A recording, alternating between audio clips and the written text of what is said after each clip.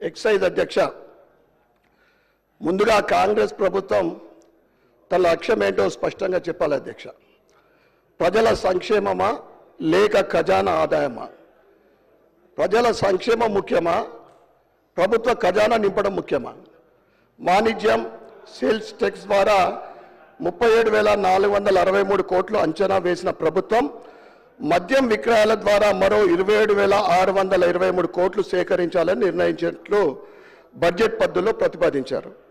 రాష్ట్ర బడ్జెట్లో 16% ఎక్సైజ్ రాబడి ద్వారానే సమకూరే విధంగా అంచనాలు వేశారు అధ్యక్ష. ఈ రకమైన అంచనా చూశాక నాకు ఒక సందేహం వచ్చింది అధ్యక్ష. ఈ కాంగ్రెస్ ప్రభుత్వం రాష్ట్రాన్ని పాలించడానికి వచ్చిందా లేక రాష్ట్రాన్ని మత్తులో ముంచడానికి వచ్చిందా అధ్యక్ష తెలియజేయాల్సిందిగా కోరుతా ఉన్నాను అధ్యక్ష. వాస్తవాలు చెప్తున్నా, తెలంగాణను మత్తు పదార్థాల అడ్డగా మారింది అధ్యక్ష. నిన్న కాచిగూడలో ఒక విదేశీయుడు కొకైన్తో పట్టుబడ్డాడు. ఇలాంటి కేసులు రోజుకు 50-60 వరకు సమోదవుతున్నాయి. ఇది నా మాట కాదు అధ్యక్ష. తెలంగాణ ప్రభుత్వం ప్రకటించిన ఎక్సైజ్ చట్టం అమలు పేజీ నంబర్ 6 ప్రకారం చెప్తున్నా అధ్యక్ష. తెలంగాణ రైజింగ్ అంటూ కాంగ్రెస్ ప్రభుత్వం ఒక స్లోగన్ ఇచ్చారు, తెలంగాణ రైజింగ్ అని. అధ్యక్ష, నిజంగానే తెలంగాణ ఈజ్ రైజింగ్ అధ్యక్ష.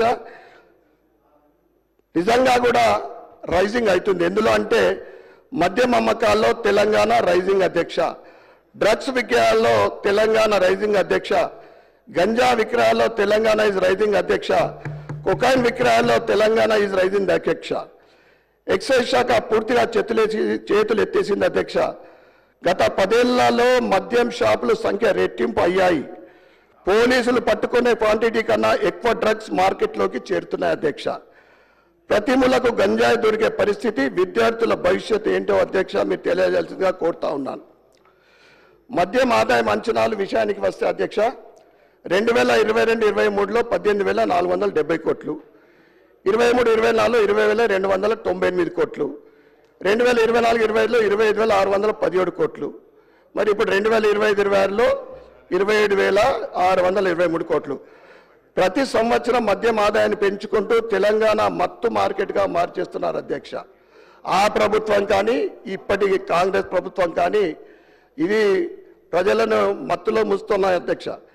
గుడికి బడికి 500 మీటర్ల పరిధిలో మద్యం షాపులు ఉండకూడదు అనే నిబంధన ఉంది, కానీ ఎక్కడా దీనిని పాటించడం లేదు అధ్యక్ష.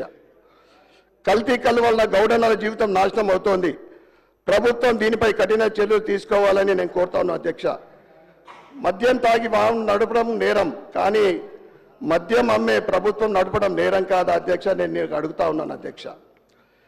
చివరగా అధ్యక్ష, ప్రజల ఆరోగ్యాన్ని పణంగా పెట్టి రెవెన్యూను పెంచుకోవాలని ప్రభుత్వ ఆలోచన విధానాన్ని భారతీయ జనతా పార్టీ తరఫున తీవ్రంగా వ్యతిరేకిస్తున్నాం అధ్యక్ష.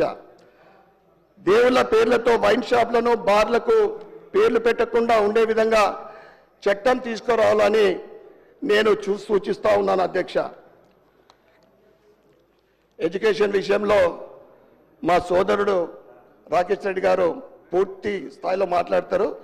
ఎడ్యుకేషన్ విషయం కూడా పూర్తిగా, ఎందుకంటే అన్ని స్థాయిలలో ప్రైమరీ కానీ, హై స్కూల్ కానీ, కాలేజీలు కానీ, యూనివర్సిటీలు కానీ పోస్టులు భర్తీ లేవు అధ్యక్ష.